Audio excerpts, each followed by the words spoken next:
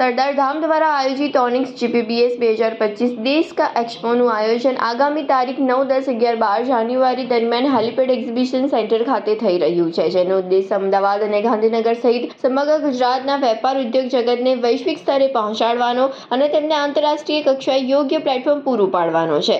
માનનીય મુખ્યમંત્રી શ્રી ભૂપેન્દ્રભાઈ પટેલની વિશેષ ઉપસ્થિતિમાં ઉદ્ઘાટન સમારોહ ગત મહિને યોજાયો હતો। તાજેતરમાં આ એક્સપોને અનુલક્ષીને અમદાવાદના નિકોલ ખાતે એક પ્રમોશનલ ઇવેન્ટ યોજાઈ હતી।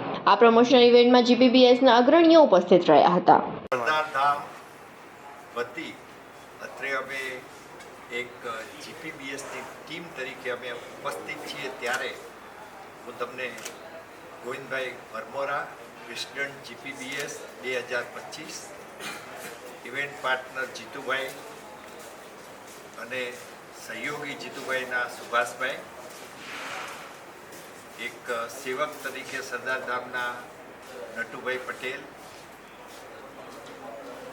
અમદાવાદ અહીંયા ઉપસ્થિત છીએ અને આજે સરદાર ધામની એક સરસ ઇવેન્ટ 2025માં 5મી આવૃત્તિ ગ્લોબલ પાટીદાર બિઝનેસ ઓર્ગેનાઇઝેશનની થવા જઈ રહી છે, એટલે અમે આજે આપની વચ્ચે ઉપસ્થિત છીએ પ્રમોશનલ ઇવેન્ટ તરીકે।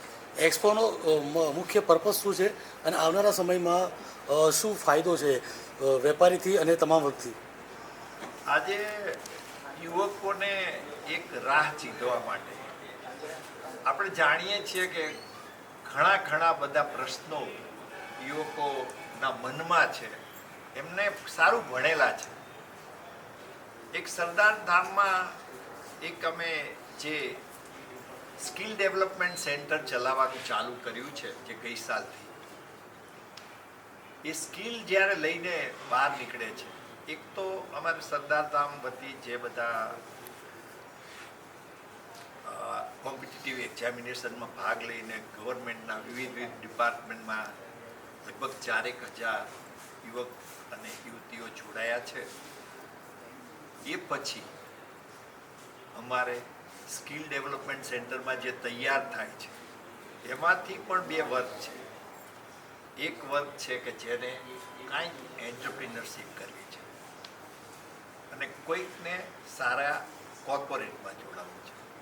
તો જેને એન્ટરપ્રિનરશિપ કરવી છે તો એને કોન્ટેક્ટનું પ્લેટફોર્મ, આજે એવું નથી કે દરેક જણે મેન્યુફેક્ચરિંગ કરવું, આજે સર્વિસ સેગમેન્ટ એ ડાબા હાથ અને જમણા હાથ જેટલું જ વિકસી રહ્યું છે કે જેમાં લો કેપેક્સ પણ માઇન્ડ પાવરની ગેમ છે, પણ એ લોકોને કોન્ટેક્ટ, તો એક સરદાર ધામ એના કર્તવ્ય રૂપે આ દર ઓલ્ટરનેટ વર્ષે આવી ઇવેન્ટ કરીને આખા ગુજરાત, આખા રાજ્ય અને છેલ્લે જ્યારે અમે રાજકોટમાં 4થી ઇવેન્ટ કરી લાસ્ટ યર જાન્યુઆરીમાં, ત્યારે અમને ખબર પડી કે લગભગ ખૂબ મોટા પ્રમાણમાં પરદેશથી ઉદ્યોગપતિઓ આવ્યા અને એમની જ્યારે બાયર સેલર મીટ કરી તો એ બાયર સેલર મીટ લગભગ 5 કલાક ચાલી। એ લોકોએ ત્યાં સૌરાષ્ટ્રની જુદી ઇન્ડસ્ટ્રીની મુલાકાત લીધી, engineering, agriculture related equipment, ceramic, component for the homes manufacturers, અને એ લોકોને એક વિશાળ તક બાયર તરીકેની જ્યારે મળી, ત્યારે આપણા એક યુવક યુવતીઓને અમને લાગ્યું કે એમના ચહેરા ઉપર જે અમે સ્મિત જોયું, અને પછી એક ડિમાન્ડ આવી કે આ રાજકોટમાં જો 7 લાખ વિઝિટર્સ જો 4 દિવસમાં જોઈ શકતા હોય તો આપણે ગાંધીનગરમાં આ ઇવેન્ટ કરવી જોઈએ અને આને એક મોટા ફલક પર લઈ જવી જોઈએ। આ વસ્તુ ગાંધીનગરમાં પણ અમે 2020માં કરેલી હેલિપેડ ગ્રાઉન્ડમાં, અને ત્યારે ગોવિંદ કાકા અને એ ફેમિલી એક મોટા સ્પોન્સર તરીકે હતા। ચંદ્ર કથિરિયા છે, સરદાર ધામમાં ટ્રસ્ટી તરીકે પણ હું જોડાયેલો છું અને GPBS 2024માં અમારી company as an event partner તરીકે હતી અને 2025માં પણ અમે ગર્વ સાથે કહી શકીએ કે જ્યારે ગાંધીનગરમાં 9થી 12 જાન્યુઆરી જે એક્ઝિબિશન થાય છે એમાં પણ અમારી કંપની ઇવેન્ટ પાર્ટનર તરીકે છે અને ક્રિએટર ઓફ કોમ્યુનિકેશનનો હું ડિરેક્ટર છું. ખાસ એનું આયોજન શું કર્યું છે અને એમાં કોણ કોણ વિદેશથી આવવાનું?